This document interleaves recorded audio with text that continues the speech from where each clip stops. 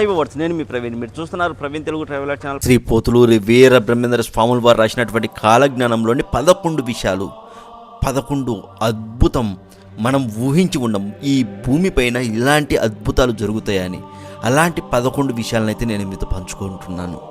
అంతే కదండి, శ్రీ పోతులూరి వీర బ్రహ్మేంద్ర స్వాముల వారు రాసినటువంటి కాలజ్ఞానంలోని చాలా విషయాలైతే నిజమయ్యాయి, మనం చూస్తున్నాం నిజ జీవితంలో.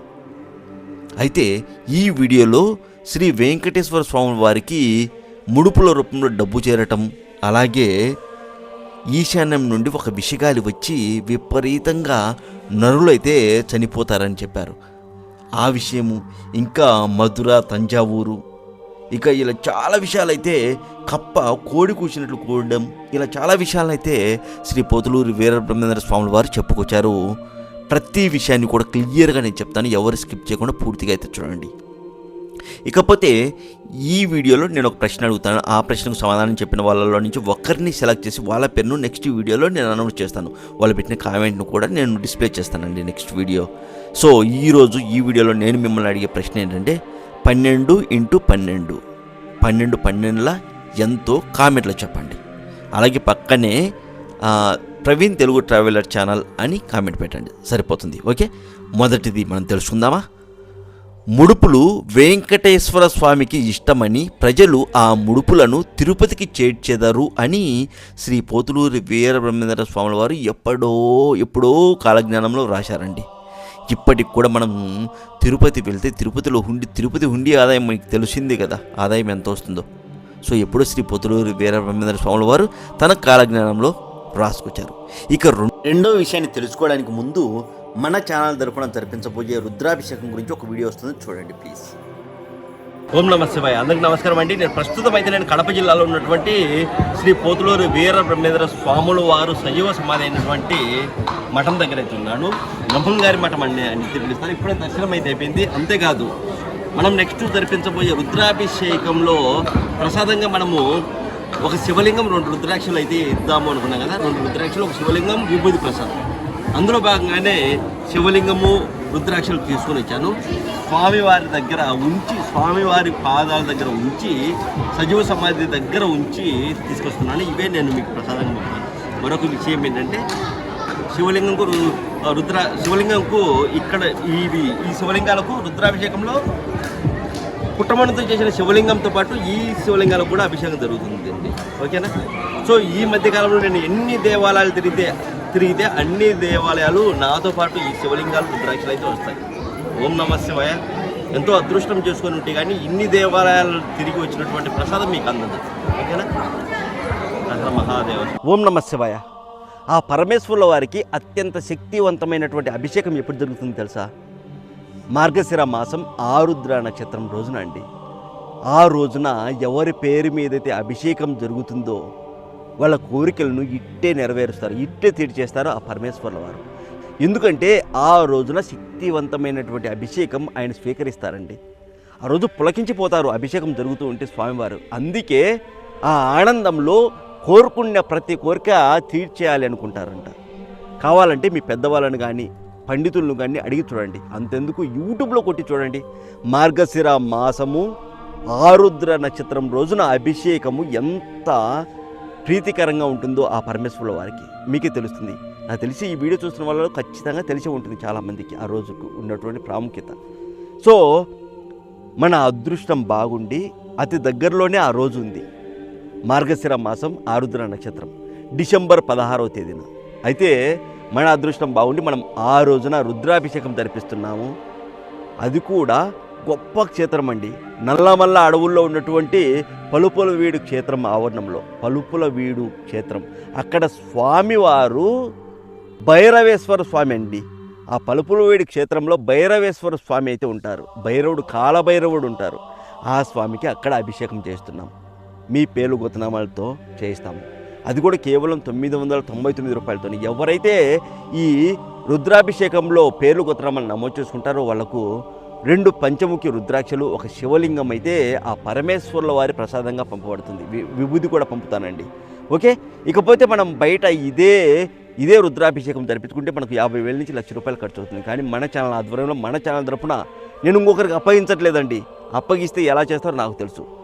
నేను దగ్గరుండి మీ పేర్లు గోత్రనామాల మీద చేయించి ఆ వీడియో పూర్తిగా పూజకు సంబంధించినటువంటి వీడియో మొత్తం కూడా నేను మీ వాట్సాప్కు మీకు అందిస్తాను. మీరు చూసుకోవచ్చు. మీ పేర్లు గోత్రనామాలు చదివేది పూజ మొత్తం మీరు దగ్గరుండి పూజ చేయించుకున్నట్లుగానే ఉంటుంది. నన్ను నమ్మి ఒక అడుగైతే ముందుకేంటి. ఆ పార్వతీ పరమేశ్వర్ల పైన భారం వేసి ఒక అడుగైతే ముందుకేంటి. అంతా మంచి జరుగుతుంది. మరొక విషయం ఏంటంటే, మీరు నిజంగా కష్టాల్లో ఉంటే పొరపాటున కూడా ఈ పూజ అయితే మిస్ అవ్వకండి. మీరు ఎప్పుడైనా ఏ పూజని మిస్ అవ్వండి, కానీ ఈ పూజ అయితే అస్సలు మిస్ అవ్వకండి. నన్ను నమ్మండి. నిజంగా మీరు కష్టాల్లో ఉంటే మీ కష్టాలు తీరే అవకాశం ఉంది. ఒక్కటి గుర్తుపెట్టుకోండి మనసులో. మీరు మళ్ళీ మర్చిపోతారేమో, డేటు కొంచెం ఉంది కదా, టైం ఉంది అని. వీలైనంత తొందరగా మీ పేర్లు గోత్రనామాలు నమోదు చేసుకోండి. ఎవరైతే ముందుగా మీ పేర్లు గోత్రనామాలు నమోదు చేసుకుంటారో వాళ్ళ పేర్లు గోత్రనామాలు సంకల్పంలో ముందు వస్తాయండి. పేర్లు గోత్రనామాలు చదువుతారు కదా, అప్పుడు సంకల్పంలో ముందుగా వస్తాయి మీ పేర్లు గోత్రనామాలు. మీరు వీడియో మొత్తం వెయిట్ చేయాల్సిన అవసరం లేదు. మీ పేర్లు గోత్రనామాలు చూసుకొని ఇంక పూజ చూసుకోవచ్చు. ఓకేనా? ఇక బయట ఇదే పూజ మనం చేయించుకుంటే మనకు ఎక్కువ ఖర్చు అవుతుంది, కానీ మనకు క్లారిటీ ఉండదు. వాళ్ళు పూజ ఎలా చేస్తారో తెలియదు, మీ పేర్లు గోత్రనామాలు చదువుతారో లేదో తెలియదు.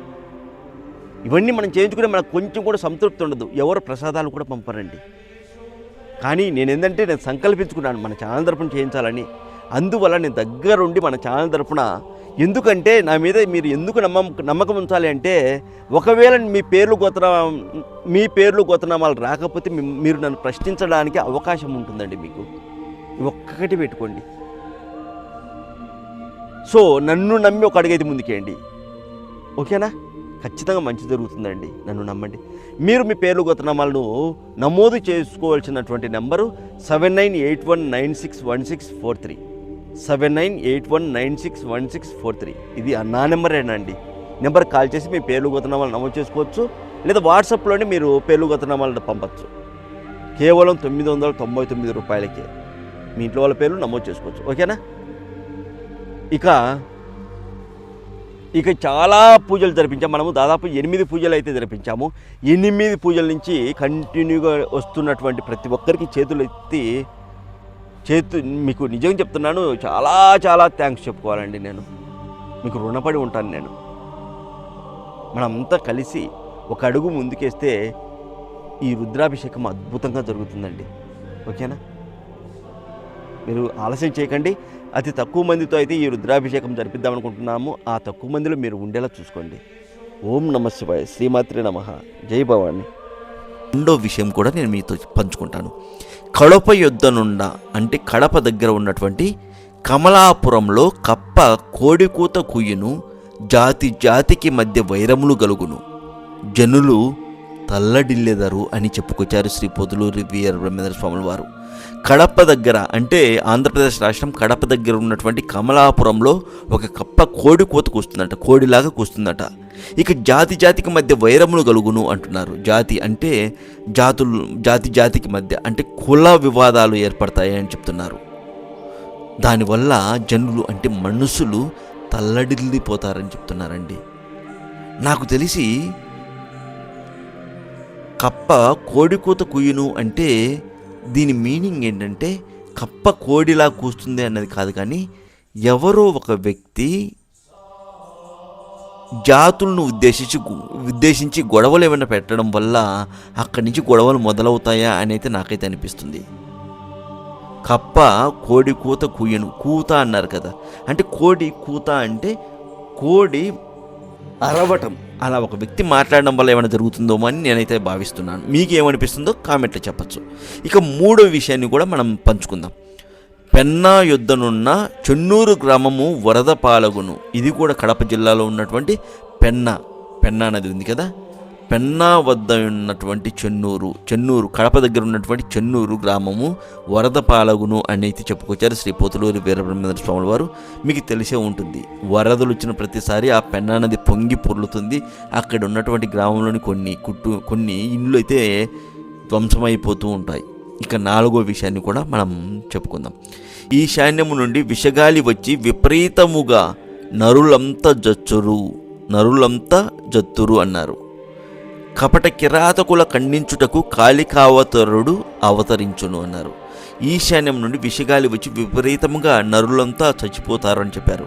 అంటే ఈశాన్యం అంటే చైనా అని కొంతమంది చెప్తూ ఉంటారండి. చైనా నుంచి వచ్చే విషగాలి వల్ల. ఆ విషగాలి అంటే ఏవి కాదండి, కొన్ని అంటే వైజాగ్లో కూడా జరిగింది కదా, ఒకటేదో ఒక దాంట్లో విషగాలి వ్యాపించి అంతా అక్కడ ఉన్న వాళ్ళంతా కూడా స్పృహ తప్పి పడిపోయారని విన్నాం. అలాంటివి ఈశాన్యం నుంచి వచ్చి విషగాలి అనేది వచ్చి విపరీతంగా అయితే మనుషులంతా చచ్చిపోతారని చెప్తున్నారు. అలాగే కపట కిరాతకుల ఖండించుటకు కాళికావతారుడు అవతరించును, ఆ పరమేశ్వరుడు అవతరిస్తారు అని చెప్తున్నారు. కాళికావతారుడు. ఓకే, ఇక 5వ విషయం కూడా మనం చెప్పుకుందాం. మధుర తంజావూరులు హరించును, అంతమైపోతాయని చెప్తున్నారు. మహానంది శిఖరము విరుగును, హంపి విరూపాక్షి 2 కన్నుల నడుమున అగ్నివర్షము కురియును అన్నారు. మధుర తంజావూరు ఇవి తమిళనాడు రాష్ట్రంలో ఉంటాయి. ఇవి హరించును అన్నారు, అంటే అవి అంతమైపోతాయని. అలాగే మహానంది శిఖరము విరుగును అన్నారు. మహానంది శిఖరము అంటే కర్నూలు దగ్గర ఉన్నటువంటి మహానంది గురించి మాట్లాడుతున్నారని చెప్తున్నారు. అక్కడ ఒక పెద్ద కొండ అవుతుంది, ఆ కొండ ఏమన్నా విరిగి పడుతుందా అని కొంచెం అనుమానం అంటూ ఉంటారు. ఇక హంపి విరూపాక్ష ఇది కర్ణాటక రాష్ట్రం.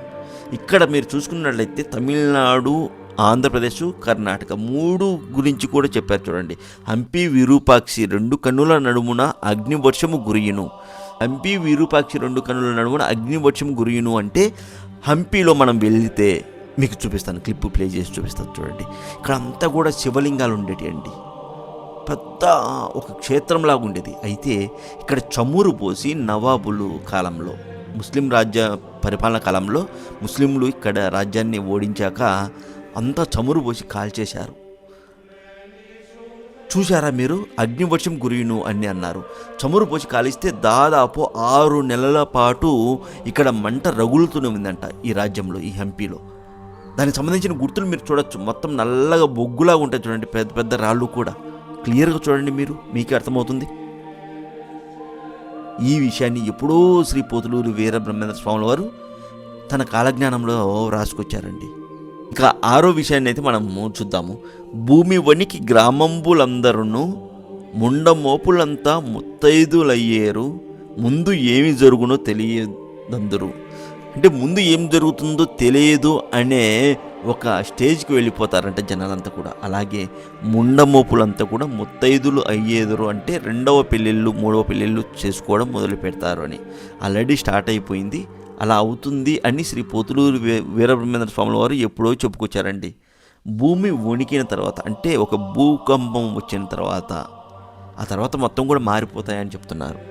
ఇక 7వ విషయము, చెడు నడతలచే ప్రవర్తించు జనులు పండుటాకులు రాలినట్లు రాలుదురు, కుంభకోణములో గోవధ ఎక్కువగా జరుగును, కొల్హాపురము కొల్లగొట్టుదురు అని శ్రీ పొతులూరి వీరబ్రహ్మేంద్ర స్వాముల వారు కాలజ్ఞానంలో చెప్పుకొచ్చారు. చెడు నడతలచే అంటే చెడు చేసే వాళ్ళ అందరికి కూడా, వాళ్ళ ప్రవర్తించే వాళ్ళందరూ కూడా పండుటాకులు రాలినట్లు రాలుదురు అంటే చచ్చిపోతారని చెప్తున్నారండి శ్రీ పొతులూరి వీరబ్రహ్మేంద్ర స్వాముల వారు. సింపుల్గా చెప్తున్నారు, మీరే వినండి. చెడును ఎవరైతే ప్రవర్తిస్తారో చెడుగా వాళ్ళంతా కూడా చచ్చిపోతారని చెప్తున్నారు. ఇక కుంభకోణములో గల గోవధ ఎక్కువగా జరుగును, కుంభకోణములో గోవధ ఎక్కువ జరుగును, కొల్హాపురము కొల్లగొట్టుదురు అన్నారు. ఇక 8వ విషయాన్ని కూడా నేను చెప్తాను. దాని ఆదవేణిలో కప్ప కోడి కూసినట్లు కూస్తుందంట అందరూ వినేటప్పుడు. వావి వరుసలు లేక చరించెదరు అంటే మనుషులు వావి వరుసలు మానేసి తిరగడం మొదలు పెడతారని శ్రీ పోతులూరు వీరబ్రహ్మేంద్ర స్వాముల వారు తన కాలజ్ఞానంలో చెప్పుకొచ్చారు. ఇక 9వ విషయాన్ని కూడా మనం చెప్పుకుందాం. కందనూరులో స్త్రీ పురుషుడగును, ఉత్తరాది నుండి ప్రజలు వలస వత్తురు, యుద్ధములు ఎక్కువగా జరుగును, ఉత్తర దేశమున ప్రజలు కత్తులతో పోరాడెదరు, నదీ నదములు పొంగి ఊళ్ళన్నీ కొట్టుకుపోవును. ఇది కందుకూరు ఉంటుందండి, కందనూరు అనేది ఉంది. కందుకూరులో స్త్రీ పురుషుడగును, ఉత్తరాది నుండి ప్రజలు వలస వత్తురు. ఉత్తరాది నుంచి అంటే నార్త్ ఇండియన్ వాళ్ళంతా కూడా ఇప్పటికి కూడా మనం చూసుకుంటే పానీపూరి బండ్ల వాళ్ళు, నూడిల్స్ వాళ్ళు, వీళ్ళందరినీ కూడా మనం చూస్తూ ఉంటాం. ఉత్తరాది నుంచి ప్రజలు వలస వస్తున్నారు. ఈ విషయాన్ని ఎప్పుడూ చెప్పుకొచ్చారు శ్రీ పోతులూరి వీరబ్రహ్మేంద్ర స్వాముల వారు. నిజమే కదా, మీరు వీడియో చూస్తున్నారు కదా, మీ ఊర్లో లేరా నార్త్ ఇండియా వాళ్ళు? ఉన్నారు కదా, పానీపూరి వేసే వాళ్ళైనా ఉంటారు కదా, ఖచ్చితంగా ఉంటారండి. సో ఈ విషయాన్ని ఎప్పుడో శ్రీ పోతులూరి వీరబ్రహ్మేంద్ర స్వాముల వారు కాలజ్ఞానంలో చెప్పుకొచ్చారు. అలాగే యుద్ధములు ఎక్కువగా జరుగును, ఉత్తర దేశంలో ప్రజలు కత్తులతో పోరాడెదరు, నదీ నదములు పొంగి ఊళ్ళన్నీ కొట్టుకుపోవును అన్నారు. ఇక 10వ విషయాన్ని కూడా నేను మీతో చెప్తాను.